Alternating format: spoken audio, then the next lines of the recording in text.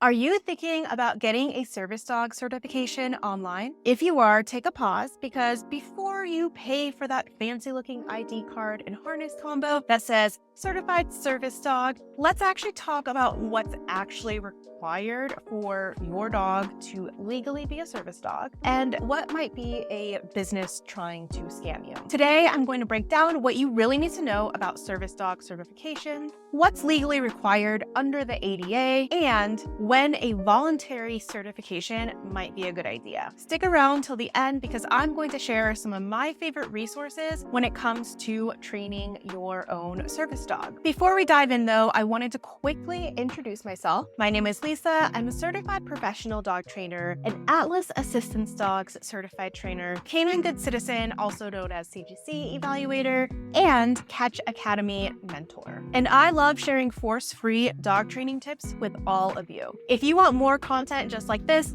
be sure to hit that like button, that subscribe button, and notification bell to be sure you don't miss any of my videos. It also provides some positive reinforcement for me, which humans can use positive reinforcement as well. Okay, so now that we got all of that intro out of the way, let's dive into the most important thing you need to know when it comes to self-training a service dog or just training a service dog in general. The most important thing for you to understand is that in the United States, under the Americans with Disabilities Act, which is abbreviated as ADA, service dogs do not need to have any type of certification.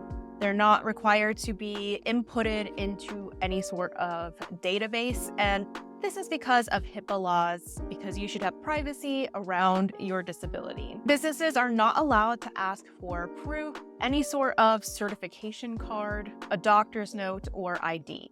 Now, keep in mind that if you're hired by a private company, rights as an employee are slightly different because if your service dog interferes severely with your job function, then that can be an issue.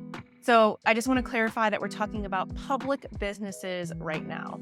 If you want more info about employers, schools, churches, things like that, those are in a different category, but let me know if you want me to create a video on that as well in the comments. I should also mention that another thing that is not required is a service dog vest. According to the ADA, your service dog is not required to wear a vest. But you're probably wondering, why have I seen so many dogs out and about wearing a service dog vest if it's not required? And that's because realistically, you may get stopped much more often if your dog isn't wearing a service dog vest, because businesses are allowed to ask you if your dog is a service dog or not. And so if they're not wearing a service dog vest, you may get asked more questions, and many people are just not aware that dogs don't need a service dog vest, so even just the general public might be asking you a lot more questions. This is why many handlers choose to put a vest on their dog, simply because it reduces the number of public access questions and just the general public poking and prying about their dogs as they run their daily errands and live their daily life. But that's why when you see those certification sites that also offer a harness and an ID card, it really is kind of a scam in a way because it's not required. So let's talk a little bit deeper about those websites that promise quote unquote official service dog registrations and certification. For a fee, of course. While legally they may not be a scam because I'm sure there's loopholes around it, and they probably have tiny text that say, it's not required under the ADA, blah, blah, blah, blah. But we can assume that they're preying on people who don't know the law, and the certification they provide is pretty much meaningless in terms of legal access. And you can find a lot of very cute harnesses made by small businesses on Etsy, and they're a lot cuter typically than the ones that you're going to find on these websites. So if you're going to buy a fancy vest, I would encourage you to support a small business that can customize it for you, so it's really exactly what you want. So what is a legitimate service dog if it's not the vest? Service dogs are defined by their training, not by any piece of paper. If a website claims their registration makes your dog legally recognized, they are definitely not telling the whole truth. And unfortunately, a lot of these scam sites pop up when you search for service dog certification on Google or just online in general. Now, I do want to mention, while certification isn't required here in the US, some voluntary certification programs do exist, and they can be helpful in many situations. For example, organizations that are accredited by Assistance Dogs International, ADI, or just offer some sort of structured program are going to have standardized evaluations to ensure your dog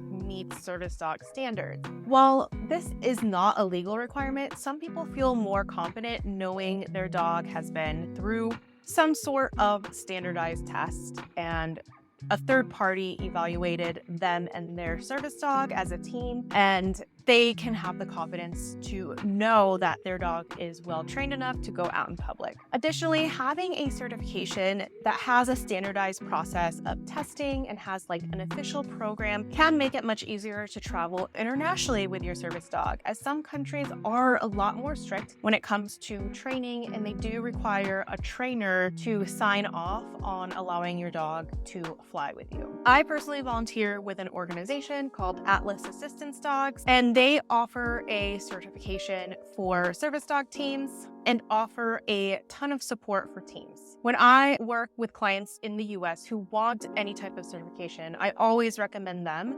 And I also got my trainer certification through them as well. Even though technically a trainer certification is not required, I got this certification because I wanted to up my education and just make sure I'm meeting certain standards and I'm staying up to date on everything related to service dog training. Since Atlas Assistance Dogs only accepts service dog teams who have passed their Canine Good Citizen tests and meets their training qualifications, my clients can work with me to get to that level if they are looking to get that certification. Atlas Assistance Dogs is a nonprofit, and it is a lot cheaper than working one-on-one with a trainer, but you still have to pay some money to get that certification. So why would anyone do it if it's not required? Here are a few key reasons. As I already mentioned, first is going to be traveling abroad. Many countries require some sort of proof or a training signature to say that your dog is okay to fly abroad. And either an ADI accredited certification or just any type of reputable certification can make crossing those country borders a lot smoother with your service dog. Second is going to be confidence while out in public. Some handlers feel more secure knowing that their dog has passed a public access test through a respected organization. I should also mention that I have a full video on what a public access test is typically going to look like, and you can find that video in the cards up above or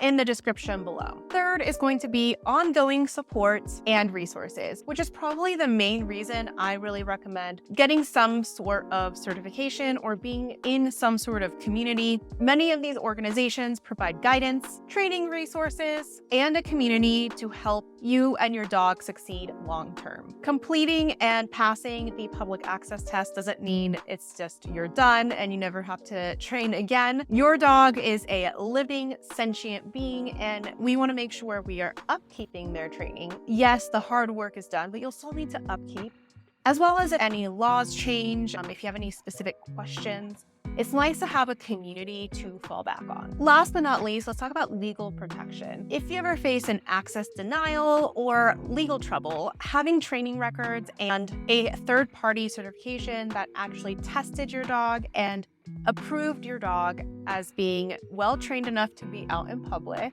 this can really help back your case. Which, speaking of legal protection, one thing I always recommend is keeping some sort of training record or journal of your work that you do with your dog. Whether or not you choose to get a certification, keeping training records or at least video records of you training with your dog can also really help back up your case if you get into legal trouble in the future. We shouldn't be expecting to get into legal trouble if we're properly training our dogs before going out in public and ensuring they have the right temperament and all of that. But you just literally never know, and you want to have those records for peace of mind. Now, if you don't want to pay extra for cloud storage from all of the videos, you can always upload training videos to a private YouTube playlist or an unlisted playlist for free without taking up cloud storage. This keeps a record of your training, and I always recommend taking videos of your training. You don't have to do it for every training session, but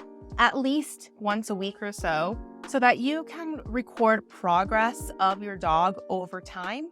And videos are also a great way to review your training mechanics on the human side and review and take notes on what could have gone better or what you did really well that session. This is because by viewing yourself training after the fact on video, you're able to really focus on what you're doing with your body language, because most of us are not aware, as well as your dog's body language, because you're just focused on that, and then you can make adjustments to your training from there. I know for me, I have greatly improved my training mechanics by even just having this YouTube channel and rewatching my training and being like, oh, that was like not smart.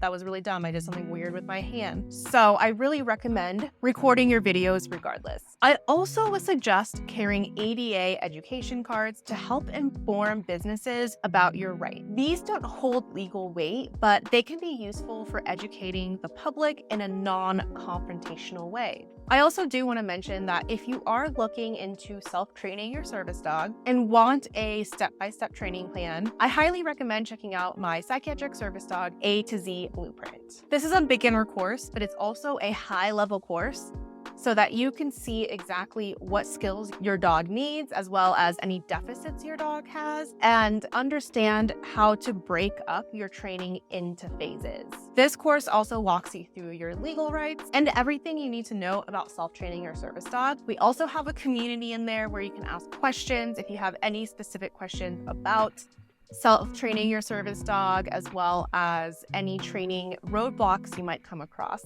as you work through your self-training service dog journey. If you consider yourself to be more advanced, I also do have more advanced courses, and I encourage you to check out all of my courses at colladedogtraining.com/links. With my advanced courses, you also do receive video reviews where I review your training so that you can get direct feedback. All right, that's it for today, everyone. Thanks for watching, and I will see you in the next video. Bye for now.